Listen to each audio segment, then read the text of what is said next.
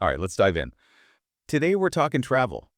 Seems like you've got a ton of material, tips, stories, even some like deeper thoughts about travel, right? Yeah, a real mix. It's awesome. You've even got like a draft podcast script in here. Oh yeah, that's right. Yeah, Looks like you're into everything from budget travel to like cultural experiences. exactly. So maybe let's start with that why of travel, because I mean, you really highlight how travel is so much more than just like checking places off a list. Definitely. Well, like pushing boundaries, shaking things up, seeing the world differently. Right. And yourself too, right?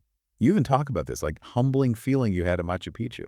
Yeah, it wasn't just the ruins themselves, it was the whole thing, like centuries of history, a whole civilization. It really puts things in perspective, huh? Absolutely. And you get that feeling in other places too, like you mentioned that safari in Kenya. Right. Seeing those animals in their natural habitat, it's like a reminder that we're part of something much bigger. Exactly. It's like travel in all its forms. It connects us to something bigger than ourselves. Nature, history, different cultures, and it doesn't have to be some huge adventure either. Right, right. You even talk about some of those smaller moments, like that sunset you saw in, I think it was Prague. Yeah, Prague. And being in a new place, surrounded by different sights and sounds, it can really shift your perspective. It's like it gives you permission to slow down, pay attention, and just like find that wonder. But of course, not all travel experiences are perfect. Oh, definitely not. Ah, Some of the best stories come from those times when things go hilariously wrong. photo. That story about ordering a giant bowl of whipped cream in Paris instead of coffee. Oh, yeah. Classic language barrier mishap. But you got to laugh about it, right? Absolutely. Those unexpected moments, those detours, that's where we learn the most. Like that tuk-tuk ride in Thailand, remember? Oh, ending up at a stranger's wedding. And you decided to join the party. Hey, when in Thailand, right? It's that spontaneity that makes travel so fun. Speaking of which, I bet our listener has some funny travel stories of their own. Share those with us. Yes, we want to hear them. Okay, but back to your materials. You also get into some really practical stuff like traveling on a budget. You seem pretty dedicated to exploring the world without, spending a fortune. For sure. And you've got some great tips like you don't just say research flights, you actually break it down. Hmm. Flight aggregators, price alerts, even considering different airports. Right. These are the things that can actually save you money. And being flexible with your travel dates. Sometimes shifting by a few days can make a huge difference. Huge. And travel reward points. You really emphasize maximizing those to offset costs. Oh, definitely. And speaking of saving money, you're a big fan of local food experiences, right? Oh, absolutely. It's often cheaper than those tourist traps, and it's the best way to experience a culture. Totally. A bustling street food market is going to give you a much better feel for a place than some fancy hotel restaurant.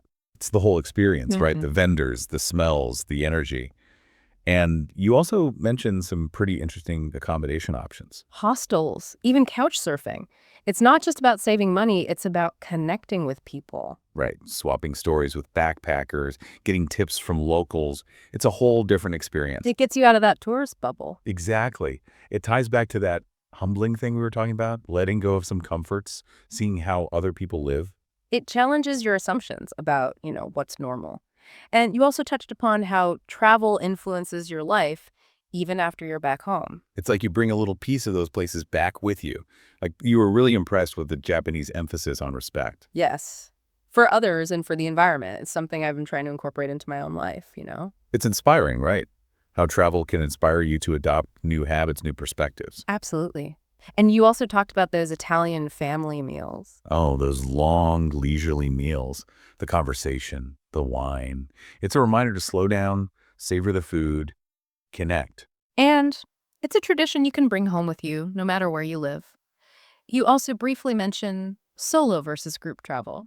Seems like you love the freedom of solo travel, but you also value those shared experiences with others. So maybe it's about finding a balance, right? Solo trips for self-discovery, group trips for making memories with loved ones. I like that.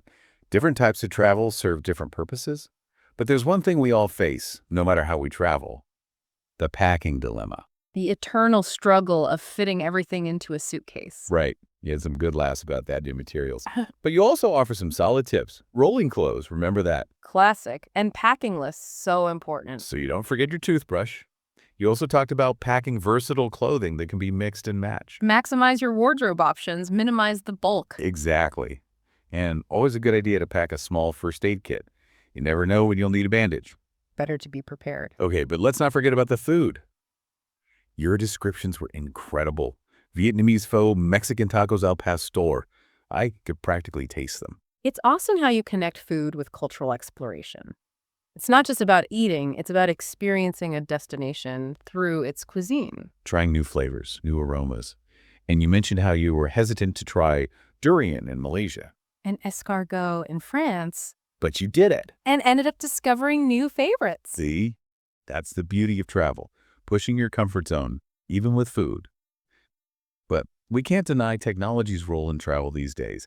You mentioned some helpful apps. Oh yeah, Google Maps for navigation, Duolingo for language learning. Those translation apps are lifesavers sometimes. They really can make travel smoother, more convenient. Like having a personal travel assistant in your pocket. And you also talked about portable chargers and noise-canceling headphones. Essential gear for the modern traveler. But technology is just a tool, right? It's those human connections, those moments of awe that make travel truly magical. Absolutely. And speaking of awe, that brings us to sustainable travel.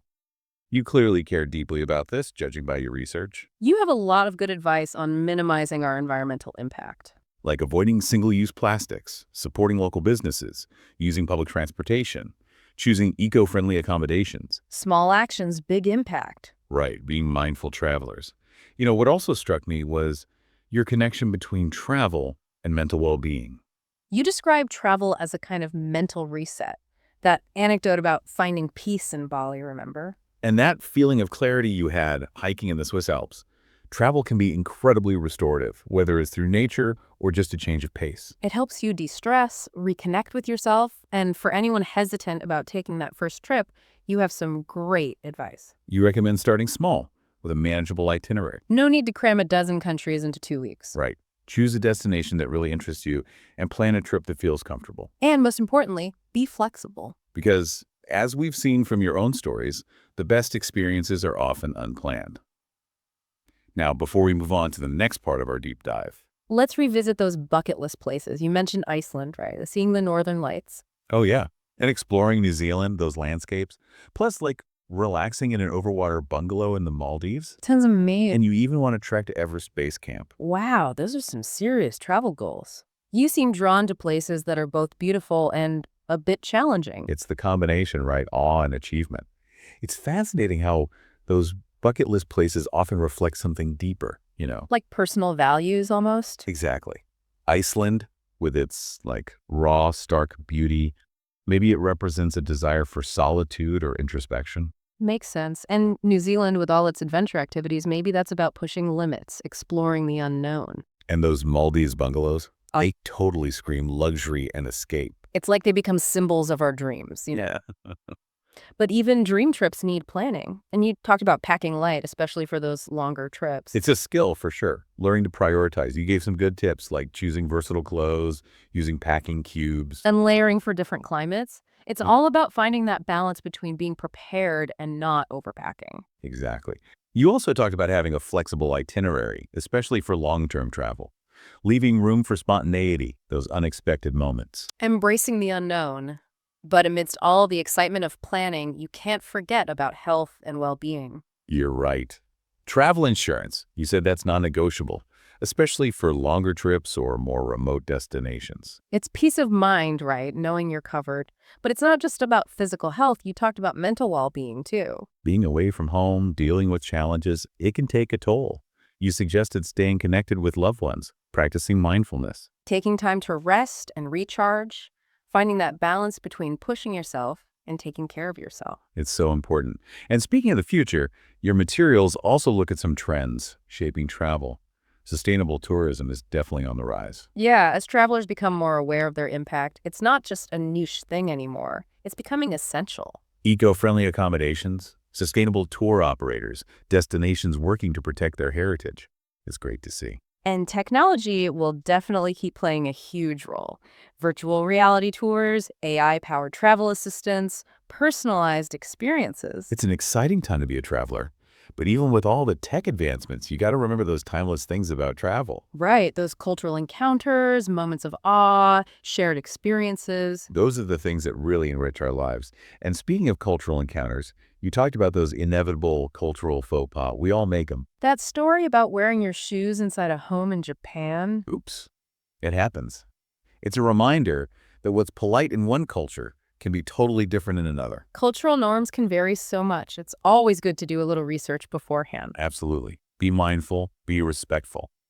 Sometimes the lessons are more subtle, though. It's not just about rules. It's about understanding different ways of thinking. Like realizing that certain gestures or body language can mean something totally different elsewhere. It's about being observant, adapting, and open to learning.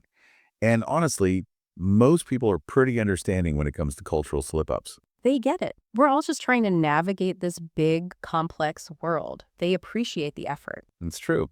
You also mentioned planning trips around special occasions. Oh, yeah, like celebrating a birthday in Paris, watching the Eiffel Tower sparkle, or your anniversary trip to Japan during cherry blossom season. It's like those occasions become woven into the travel experience. They become more than just vacations, they're celebrations. And let's not forget about staying healthy on the road. It's easy to get caught up in the excitement and neglect our well-being. Definitely. Staying hydrated, packing snacks, getting enough sleep. Taking breaks when you need them, it's all crucial for enjoying your trip to the fullest. You gotta listen to your body, right?